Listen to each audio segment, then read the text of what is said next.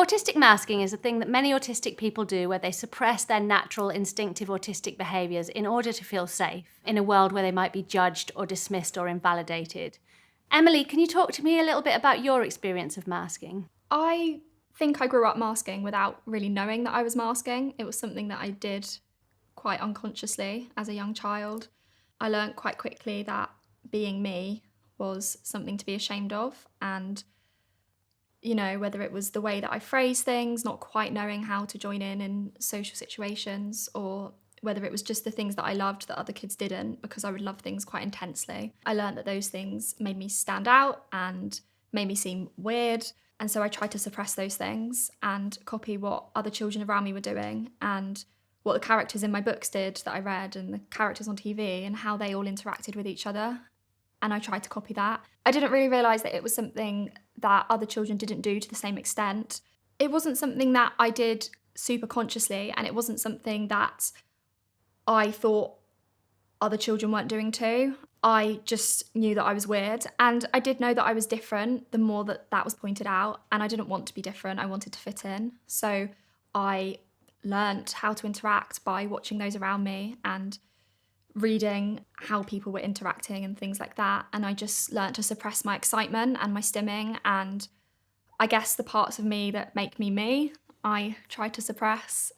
And as I got older, that became harder and harder because the mental toll that took, the anxiety that led to, and the exhaustion just built up and up and up until one day I just couldn't do it anymore.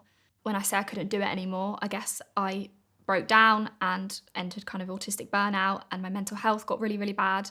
I was still masking, and I still mask now, but at least now that I recognise when I'm masking more, and I know that I can unmask in certain situations when I feel safe to do so. So it's a process of learning what masking is and how you mask and recognising how that affects your life. One of the common misconceptions about masking is that it's like a social strategy, something that everybody does, because I think neurotypical people do change how they behave around different groups of people, and some people might then think that autistic masking is kind of the same or similar.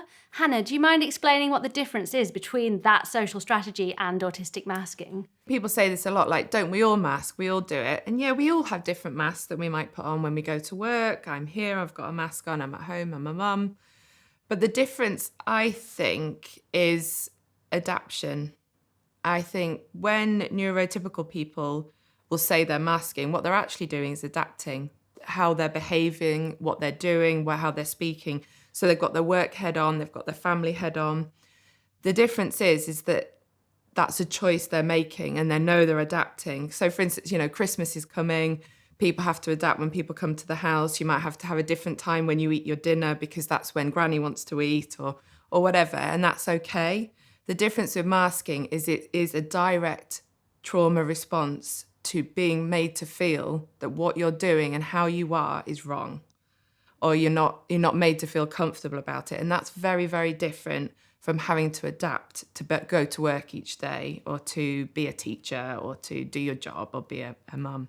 Yeah, and I think it's really interesting that you say it's a trauma response. And I think when we consider that, we need to consider intersectionality. So for some people, it might be a trauma response in terms of emotional safety. For other people, it might be a trauma response in terms of actual physical safety. Yeah, I think for some people, masking happens due to the fact that they need to stay safe, and then being unmasked and showing their true autistic selves isn't safe for them. That's important to consider too, because I've never been at risk of physical harm for unmasking. And when we talk about unmasking as well, which is something that often comes with finding out that you're autistic or you're neurodivergent, and then looking at what parts of yourself are kind of actually you and what parts are masked parts of you, I think it's important to remember as well that not every autistic person does mask or is able to, or actually at points of their life, their ability to mask might change and lessen. So my ability to mask when I was really unwell with my mental health and I was in a children's mental health unit, my ability to mask then was a lot lower because I was in burnout, I was exhausted, my meltdowns were really, really high.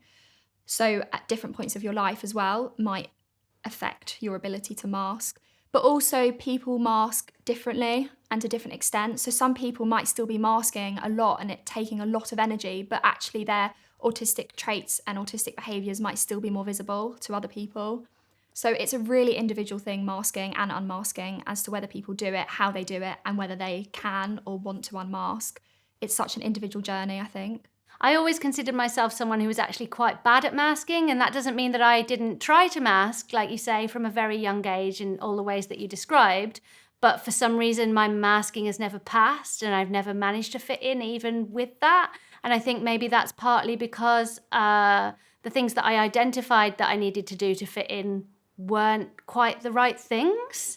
And I think that there are also like major life points at which unmasking happens naturally, like when I had my babies, and now I'm going through menopause, and I've noticed that my ability to mask has decreased during that time as well. And then that impacts your self-esteem at a time that's already difficult. Do you have anything to say about like the different sort of life stages and how that impacts masking, Hannah? We were saying before that masking is a direct trauma response. Emily was saying without realising that we're masking or that it's happening. So it could be as early as in primary school. So you're going through that kind of transition. First you start reception, and you'll have been in nursery at home, and you'll have been able to play freely at home. And then you go into this structured environment, and you'll maybe flap your hands, or you'll spin because you're enjoying something, or you'll talk incessantly about your new toy that you like. And that's the first instance you might see, they don't like it, or they're not including me because I've done that. And then you go through primary school. And then one of the major ones I see is the transition from primary to secondary school. And that is huge, because you're then going from a structured social world where often your mum or your parents are making the play dates for you and making it happen. And maybe you might be in situations where those play dates aren't going that well, but they're still being made to happen. They're being booked in. And then you go to secondary school, and the judgments go through the roof. The social demands go much higher. I get quite a lot of families, particularly families of girls and non-binary individuals, coming to me at that time, because that's generally when I see quite a lot of burnout happening, because suddenly they're in an environment where you're very aware that you need to keep masking to fit in, to make those friends, because there is this big social understanding that when we go to secondary school, we're going to make all these best friends, and it's going to be, the ideal cliche of you'll find your group and your tribe. And I think when that doesn't happen, or you're trying to mask to get that and it's not working, and the pressures it's putting you under, that's when burnout can come. And then again, if you decide to go from school to university and then starting romantic relationships, that's another one I see a lot when that complication comes in. So these major life events, like you said, Ella, where you feel that you need to mask more to get to that life point. And then when it gets harder and gets more exhausting, it can make you quite ill. So before we get into talking about like unmasking and the negative impacts of masking, I think sometimes masking is like a necessary strategy. Would you like to speak to that, Emily? Yeah, I think it's really difficult because we know the negative consequences that masking has. But at the same time, as a child, learning to mask meant that I was able to make friends, which didn't always go well. But at the same time, some of my best friends now are friends that I made back then when I was masking, even though I can now unmask. At the time, younger me didn't understand what was going on. It meant I was able to make friends. It meant I got through a university degree. I'm now in the workplace and trying to unmask in the workplace. But then I also recognise that masking, yes, it makes me feel safer sometimes, because I don't want to show every part of me to people that I don't feel safe with. That's my experience. But for other people who maybe have other intersectional identities and things, it could be even more intense. So I just think it's important to acknowledge that the conversation around masking is complicated. It's not all, this is negative, you need to unmask, because actually it's so individual, and you might find that masking helps you get through certain situations. And I think that's okay, but it's recognising the times that you need to have space to unmask and who you can feel safe around, because we all need to be able to be ourselves as well. So I think it's complicated. Yeah, that's really true. And I think sitting alongside that, need to mask in some situations for safety or whatever that individual reason might be, it's actually just not that straightforward to just choose to unmask. I don't know about you, but I couldn't just go, right, okay, I'm going to unmask now. Learning to unmask has been a process that is ongoing. And if you think about the fact that you've almost learnt to mask at a really young age and a lot of it is unconscious, you don't necessarily know which parts are mask and which parts are you. And in a natural way, there isn't an instinct for that. I don't know. For me, there wasn't an instinct for that. Honestly, when I found out that I was autistic and I started to look at my life and I was just confused, I was like, but I've made that friend because I was masking, and does that mean that they're actually my friend? Or what's actually me, and what is normal to have learned? Because to some extent, all children are learning from those around them and are learning what's appropriate and not appropriate. So what's normal, which is what I was thinking at the time, and what is me and what's not me. And it was complicated, and it's still a journey. I think even now it's knowing what parts of you are you and what parts of you are a front that you've put on to the world because you didn't feel safe to be who you were. And it's entwined with people pleasing for me as well. I feel like my mask has always been about being, the person who makes everyone in the room feel comfortable and is also entertaining. There'll never be an awkward silence because I'll always be there to fill it with something hopefully witty and entertaining. And it's absolutely exhausting, but I do worry, even with the friends that I've made who are all largely neurodivergent people and who know me as, an autistic human, I still feel like, but if I unmask, I'm going to be quiet like a lot more and you're going to find me boring. That's one of the feelings that I have about it. Hannah, how do you think it can sometimes work out for people when they do start to unmask and the people around them are suddenly with someone who wasn't who they thought they were, I guess? When I work with people when they've just been assessed or diagnosed or they've gone through a self-diagnosis journey, I offer, support or time. And part of that is about unmasking, or what does that look like for them? And there is a huge risk. So not only are you understanding that you are this person and this is what's been happening for you your whole life. So I tend to look at each relationship in their life with them and, how that relationship's developed, how they feel, how they really feel when they're around them, and set up situations where they might try a little bit of unmasking with them and see how it goes. And it's also, like for all of us, it's if people don't accept you for who you are, then they can do one. But that's easier said than done. And it is, like Emily said, it's very, very complicated. And it's really hard. But there can be so many positives from unmasking. And generally, what I found sometimes with people is that when they start doing it, they'll naturally start engaging in their interests more publicly. And then you naturally meet other people that are into those interests. And then you might find more people that you can be completely comfortable with and truly unmask with. Thinking about that then makes me think about like masking in the workplace.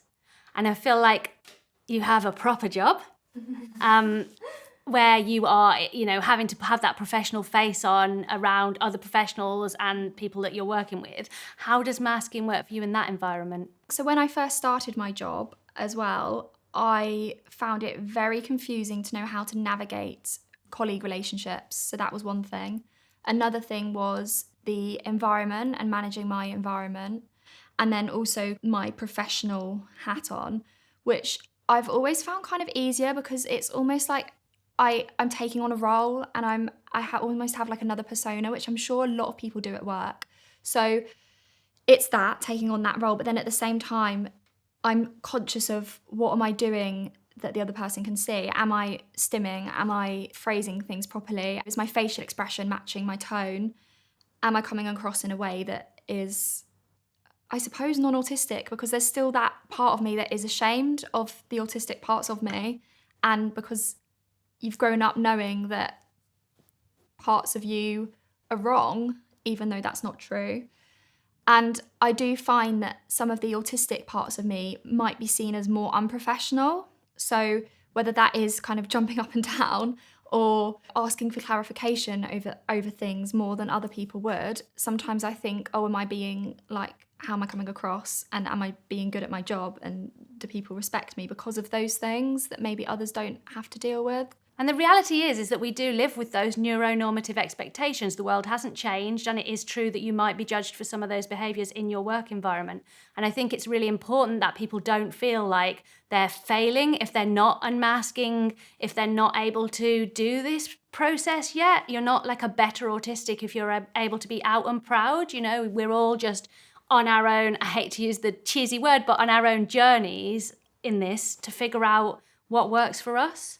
I think oftentimes the first step to kind of being able to work on unmasking is being able to notice when you are masking. And I know that for me, I can't recognize it in the moment, but I know that if I get to the end of the day and I feel really overloaded and like I've got a head full of bees, that often is because I've been masking too much. But you spoke to being able to recognize when you're masking. Can you explain what that feels like? Yeah, I think it's hard because a lot of us struggle with interoception, don't we? So that ability to recognize internal bodily emotions and feelings and things like that. So it can be really hard with that. But once I knew that I was autistic and, people were telling me that I masked, so I did a lot of reading around masking and watching videos and things. And the more I connected with other people's experiences, the more that I was able to recognize those experiences in myself. So I would think of things that I had experienced growing up that, again, I didn't really realise were something that only I experienced. But for example, at primary school, I used to imagine like a tennis ball in my throat, like stopping the words coming out of my mouth that just wanted to blur out. And some of that's ADHD, but it was also that autistic kind of lacking that filter and me wanting to put a pause in what I wanted to say so that I could think over what I was going to say before I said it. So I would envision kind of this ball in my throat, like stopping myself from just saying those things that were coming into my head. And also would sort of just feel like my body wasn't free because I felt like I was constantly focused on trying to keep myself still and not stim, and just constantly controlling myself is almost what it felt like. And I didn't feel free. And then I think when I started to allow myself to unmask more, which is difficult to explain exactly how you do that and exactly how that happens, but I think it starts with you feeling safe around certain people who might know that you're autistic or that just love you for who you are. I think that unmasking, as you were saying, happens more easily in places where you feel safe, which really speaks to the fact that masking is this trauma response to feeling unsafe. And oftentimes when we think about trauma, we think about the big traumas. But for an autistic person, there's this ongoing kind of chronic micro trauma that's happening to you in medical situations, in educational situations, in work situations, and in social situations.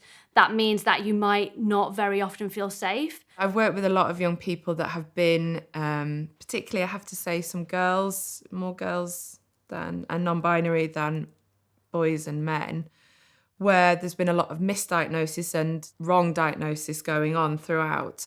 So then throughout those experiences where they're being told that the things that they're experiencing, the things that they're doing are not what they're saying they are, that they've belonged to another label, whether it's personality disorder, whether it's schizophrenia or psychosis or whatever, they're then kind of constantly being told, okay, well, what I think is going on with me, the things I think I'm feeling and the reasons I'm doing them, I'm wrong. And so that builds up slowly. So then they end up maybe not saying anything at all and stop talking to anyone and stop trusting anybody. So then if you're not even safe with the people that are meant to be looking after you and your mental health and your medical health, things become really, really lonely. That's really true, actually. I had a bipolar diagnosis for about 15 years. From my early 20s, and my autistic joy and my enthusiasm for special interests was described as mania, and I was definitely told that needed to be medicated away. And I think even now I'm like personally exploring what does my joy look like, because I literally had to suppress my joy because it was it was pathologized in that way. I think that unmasking for me also started with giving myself permission to be weird, and I don't like the word weird, but that was the word that I grew up identifying with and trying to stop myself from being weird. So giving myself permission to be weird in certain environments allowed me to start to unmask. I can't explain exactly how I did that because it's something I can't even really put into words exactly how I did it and why and when, but I think it started with that. The way that I realised I was unmasking was because I started to feel more like me. I started to feel more free. I started to feel less like I was controlling myself and making myself come across a certain way. And I just started to feel happier generally because I felt more like me. And that's not possible in all environments, and it's not possible all of the time. I still mask, but I know that I am there now, and I don't think I was there for quite a long time because I was so heavily masked. I think something that I've found quite useful as part of the unmasking process is unmasking around other people who are also unmasking.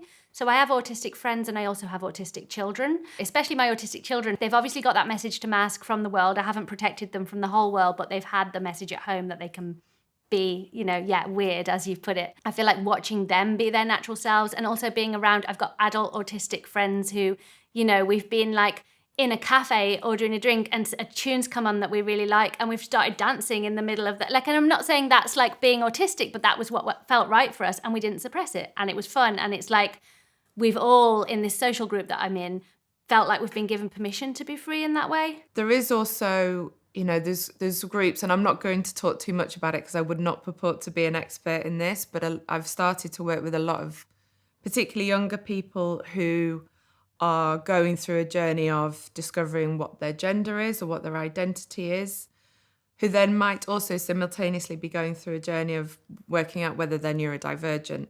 That's when masking can become very complicated, because you may get some unenlightened or uninformed people in the clinical community who may say, you're not autistic, you've got gender dysphoria, or you're not gender dysphoric, you're autistic. Like that diagnostic overshadowing, basically. Yeah, I think that's really true. And I think that happens oftentimes, like you say, to young people particularly, I think, because it seems that people have more permission to say that they don't know who they are and that they don't know what their gender is. But even certainly as a gender non-conforming adult, I feel like unmasking my autism started to happen, and then I recognized that I'm not cis, and at the same time started to explore what that meant for me. And it is definitely a journey that happens at the same time. Like the permission to be yourself includes all aspects of yourself that you might have been hiding, I suppose. And I think it can feel really invalidating when you then get the message that you should go back and mask that because this is performative, or this is narcissistic, or this is indulgent. And that is definitely a message that I've received like a lot over the last 5 years while I've been exploring this. When I was first diagnosed, I felt like I could hang on to my mask because, it wasn't harming me in any way, and it was helping me socially. And then I ended up in a very significant period of burnout, mental health problems, panic attacks, and physical health problems as well, that I think are a direct result of my masking. And I think that is the thing that people might not recognize, is that masking isn't simply a thing that exists on its own. It's a thing that can impact someone in a variety of ways. And I know that you spoke to your masking impacting you quite significantly. Could you tell us about that? I was sectioned in a CAMS unit when I was 16, so that's a child and adolescent mental health unit. And what led up to that was a combination of things. But exhaustion from masking was definitely one. And I didn't even know that I was masking. I didn't know that I was autistic. I didn't know that I had ADHD. And that fed into my anxiety, massively increasing. And then I had OCD as well, or I have OCD as well, and it latched onto that. And things just really, really escalated to the point where I just really, really disliked myself. I was masking so heavily because I felt like I didn't fit into the world, and I didn't want to be in the world as me because I thought people wouldn't accept me as who I was. All I can explain it as is exhaustion and overwhelm and just hopelessness. Because when you're at that point of masking that heavily, it's very hard to even know where to start when you've been kind of doing that for most of your life. And like I said, at that point in my life, I didn't know that I was autistic. So how can you know about unmasking if you don't know that you're autistic to begin with?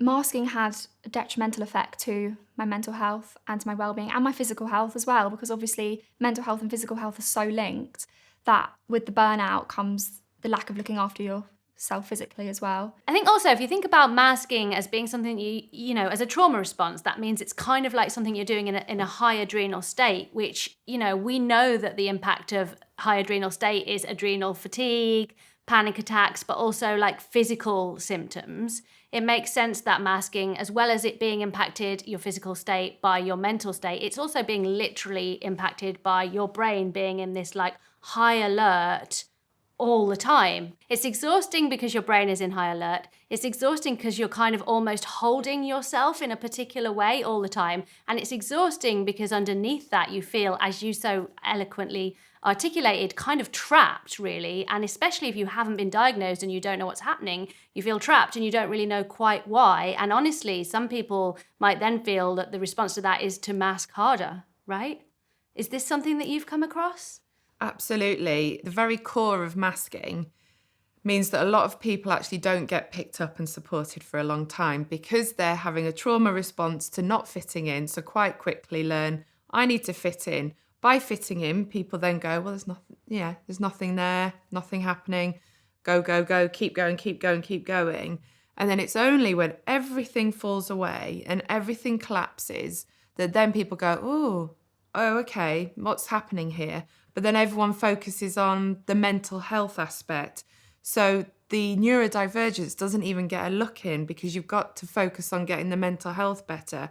But it wouldn't have got to that point if the person hadn't had to mask for so long. So I think, it's bringing us back to the same thing, that if the world was not causing people to have to mask, then these burnouts and these collapses, like you said, Ella, it's the brain and the body and, the soul and all of it is having to keep going, and it breaks people's spirits. And then we have to focus on getting people well enough again to then recognise neurodivergence. And then we have to think about, how do we unmask and learn to live, be happy and be not ashamed anymore of who we are. And then what we're seeing is not autism, but traumatised autistic behaviours. We're not seeing autistic behaviours, we're seeing distress, and we're calling that autism. And then when autistic people are working on unmasking and on meeting their needs, they're getting accused of faking or over-egging their autism because they have recognised what they need. Well, you could do that last week, why can you suddenly not do it now? So it's like this real vicious cycle of either be heavily in the mask and be mentally unwell, or come out of that state and learn to look after yourself and be told that you're kind of putting it on, right? Yeah, my dad said to me a couple of years ago that I seemed more autistic than I'd ever seemed kind of growing up, but he said you also seem happier. So that's it, isn't it? Because you're being kind of who you're meant to be. When you don't fit into that mould that is expected of you at school and then in the workplace, every day can be really exhausting. You might mask your way through school or mask your way through work, but then when you get home, the meltdowns and the shutdowns can be so, so intense. And I think that's what a lot of parents of autistic kids say, don't they? Is that actually my child is coming home and is so distressed, but school aren't seeing it. But that's because they're masking their way through the day. Not every autistic child does mask their way through the day, but there are parents of those that do, that, they're trying to tell the school, this is what's happening, but the school don't see it. And that was quite true for me, actually. And then even at work now, you might have a day where you come across really regulated, like everything's fine, but you get home and actually that exhaustion just hits because you spent the whole day overthinking every single social interaction, and is what I said okay there, and is my facial expression matching what I'm thinking, and have I misinterpreted anything that people have said? Was I all right, or did I come across in a way that makes other people judge me because they don't understand autism? I think, having said all this, what I would hope for in the future is a place that we get to where autistic children don't feel the need to develop a mask. And that's certainly something I'm seeing in like the microcosm that is my family, where I'm raising autistic children who are able to express, I'm done socialising now, I'm going to leave, and who are able to stim freely with their friends. What would you like to see in the future, Emily? A world where autistic people don't feel ashamed of themselves just because they're autistic, and feel able to be themselves fully. Can I take that same question to you, Hannah? Yeah, I think something I'm, trying to do slowly is I'll go into workplaces, I'll go, into different communities. And I'm trying to spread the word about the strengths and, the inclusion of neurodivergence within all of our communities, and not in a way of like, oh, we're allowing them to come in, but it's just to be part of our life. I think it's about, living in a world where everyone is educated and everyone understands, and it shouldn't be about acceptance either. It should just be so that neurodivergent people have to stop hiding who they are. Like, diversity is normal and it's natural, and it really would be quite a boring place if we were all the same. If you found this video useful, please consider liking the video and subscribing to the channel.